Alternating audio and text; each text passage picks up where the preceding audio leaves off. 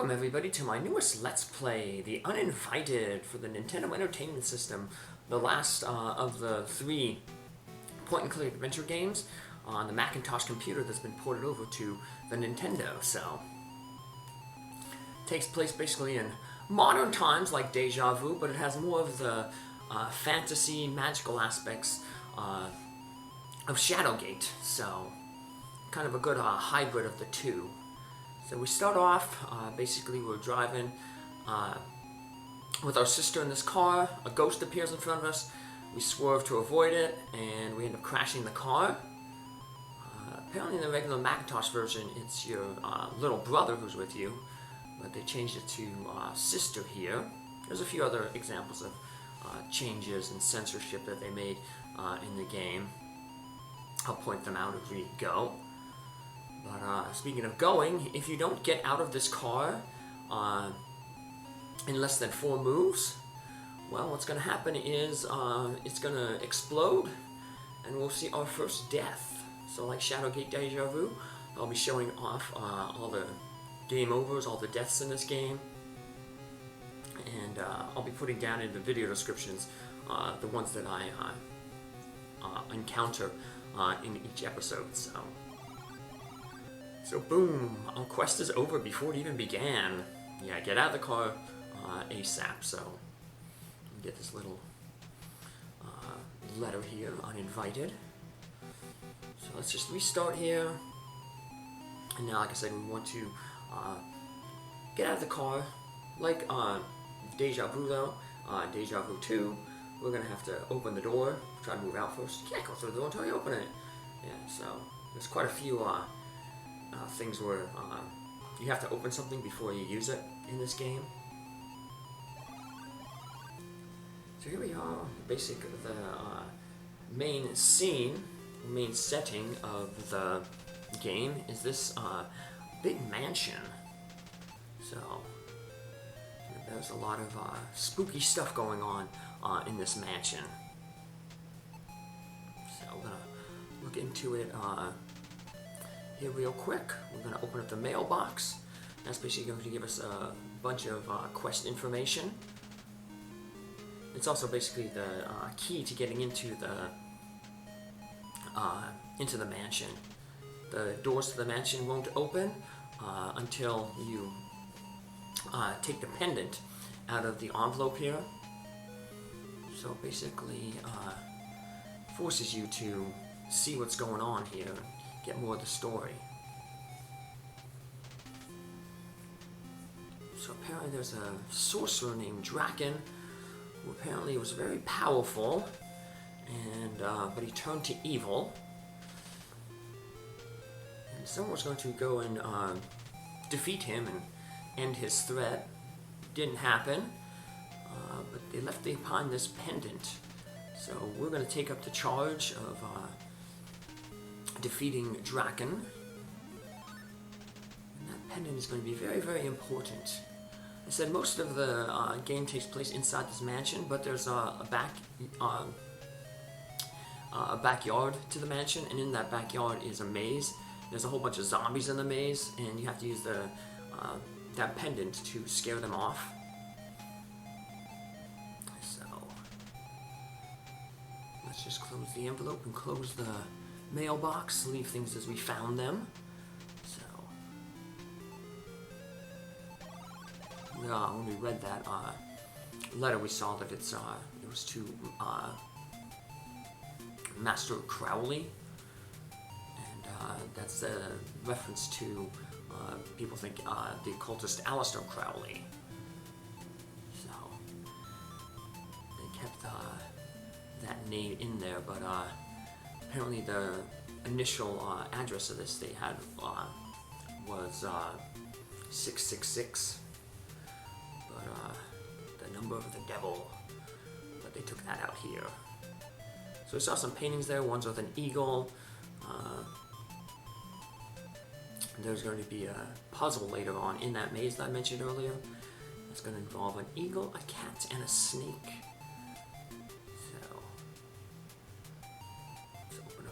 Door. We're going to head into the door on the right first. We did notice when we checked out that chair that there's something inside the chair, but we can't get to it right now. We're gonna have to come back once we find something to cut into the chair. Right now we're starting off here in the library. Can't really pick out any specific books here on the library. I'm just going to open up the regular book though here. Just like in Shadowgate, we're going to get a bunch of magic. The game though better describes what the magic is used for here. So, a few magical spells. From nothing it shall form, and none shall see thee. Cloudy sea. So, basically invisibility, awake to sleep, movement to still, 6 legs or more, then to your will. So I'll have to cast this on something that has 6 or more legs. The path is barred with more than one, the storm to come, to make them run. So if there's more than one guard somewhere, thunder spell, to scare them away. Stone walls from here to there when stone walls impair. Telemaze. That should be like the exit spell in Final Fantasy. It'll warp us out of that maze. So we unfortunately don't have Terra Crack spell like in Shadowgate to open up that globe there. But some of the spells are similar to the Shadowgate, like the Thunder spell that we use on Guardians. Reminds you of the lightning spell you use against the gargoyles in Shadowgate. So we enter this hallway, and if you try to open any of the doors, this ghost lady appears. After she appears, you try to open any of the doors, she'll basically eat you. Well, we'll have her eat us later. But for right now, like I say, we just want to head up to the staircase. I accidentally was trying to go to the staircase, but moved back a little. So we head up here to the 2nd floor. Big giant stuffed fish. We've got a whole bunch of rooms here. Don't have to explore all of them right now. But we will, just to make things easier, just open up all the doors right now while I have the open command ready. So we're going to start off in the upper left room. And that's basically the master's bedroom. Actually, the bathroom there, there's a door there that moves to the ensuite, to the bathroom. That's basically where we're going to end the game at. So we'll be coming back here later. We're just going to come in here right now and get a few items. I'm going to look at some of the stuff around here, get more information about things.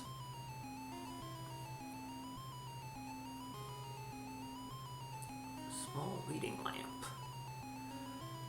Give that little, like, the door will open if you push it or pull it. So when you examine that table, you see that it's hollow. That means we can open it. My star is gone, but not lost. Master's servant will pay for his betrayal. The vehicle of my power has not yet served its purpose. When it sets me free, I will have a chance to realize my ultimate potential. The force of technology will not be unprepared for the likes of me. I will not be denied. My victory is inevitable. Now that star, basically, think about like a lich, like from Dungeons and Dragons. They seal their like soul away in this object, and so it's kind of like that star is like this object that has, if this Dracan guy gets that star back, well, it's not going to be very good. Of course, if we get the star, it actually will lead to an eventual death. If we take that star, we're going to find the star later on. Not in this episode, but later on in the playthrough. If you pick that up and you keep it in your inventory, after a certain amount of time, you'll end up being possessed by basically the evil of the star. So it's not an item that you want to pick up. But I would pick it up, of course, to show the death off. Speaking of death, we have a few, basically in this room here. Well, this room leads to a few deaths. First one going to be grabbing that axe. Now, grabbing the axe is not lethal. However, just like in Shadowgate, you can use weapons on yourself. You can use the axe on yourself. Very foolish, but the game lets you do it. So, Now, the surprising thing is, I said we're gonna have to find something to cut open that chair later on. You can't use the axe to cut it open.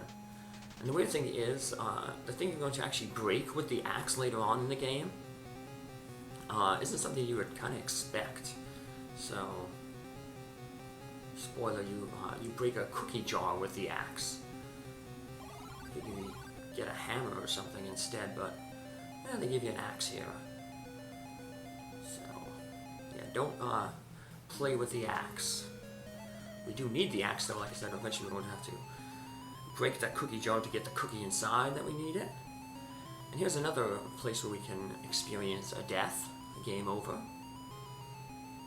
So we head up in the stairway, we go into this jail room here. Now if we open up the door to the jail, well, we get a little warning from this ghost that appears. Hideous skeleton forms inside the cell. Looks more like Michael Myers. The deathly voice says, "There's no escape from here. There is no escape, no escape." His voice fades out. So yeah, that's basically the game telling you don't go in there. But we're going to go in there because, like I said, I want to show off all the deaths. And when we enter, well, the cell locks behind us. And we're basically stuck here. And the game basically says that we're eventually going to, die in here. And apparently then our spirit is stuck here with all the other ghosts and stuff. So let's just get back to this room here. We got the axe. We picked the axe up. Head back into the hallway here. We want to go into the lower right room here. It's a cleaning closet. Bunch of stuff in here. A mop. Luckily we won't need any of these items to solve a Sphinx's riddle like in Shadowgate. But we will need 2 of the items in this closet. Basically the ones on the shelf, the second shelf on the top. Spider cider, knockout arachnids, and a capped bottle. Now the interesting thing is it says a capped bottle. You have to open that bottle before you use it. So we just get this no ghosts and says throw on ghosts. So you think, oh, I'm going to use that no ghost on the ghost downstairs, and that's what you have to do. But you have to open the bottle first, because if you try to use the no ghost without opening the bottle, the ghost is going to eat you, and I'll show that off. Yeah, look at the hat up there, hat box. Examining the hat basically says that it's really small. So that's your clue that you can't really wear it. But I'm going to take the hat anyway, just to show it off that you can't wear it. It's not like Shadowgate where you can take the cloak and put the cloak on you, or put other items on you. Well, I guess in Shadowgate it's like the helmet, you can't fit in the helmet. I want to use the no ghost, I want to use the hat. Try to use the hat on yourself, it don't fit. Too small. There'll be a few places, just like in Shadowgate, where you can get rid of items. Mainly, the 2 big places are, we're going to be going to one of them in a little bit. There's like a porch, and then when you leave the mansion on the outside to go to the maze, you can throw stuff away there. Basically, you throw stuff outside. So let's use the no ghost on the ghost. Well, like I said, we forgot to open it. Nothing comes out. Yeah, because we didn't open it. We didn't open the bottle. Got the attention of the mysterious lady. She turns to face you, and she rips us apart. So not good. She looks like a southern belle. But now we're gonna be smart and open the no ghost and use it on the ghost. And then once the ghost is gone, we can open up the remaining doors. Horrifying scream and fades away. Alright. 1 ghost down, many more to go. And one of the ghosts we're going to have to deal with, we're going to learn is afraid of spiders. That's where this spider cider spray comes from. It's going to be used for. So this little parlor here. Beautiful flowers. Nice chair. Yeah, I just like to look at all the stuff here. I get the little flavor text. Yeah, going outside leads to that little porch I mentioned about. This is where you can leave items. Not that we have a bunch right now, but if you do have a bunch that you took, like I said, we need the pendant, we need the axe, we need that spray, hat. Totally pointless. But hey, the spider runs across. And we're going to use the spider cider spray. And that, like I said, the description says it paralyzes arachnids. So we're going to leave the hat here. I was going to say we're going to leave the room and then go back in. And as you saw when you enter this room, or this porch, a spider will crawl across.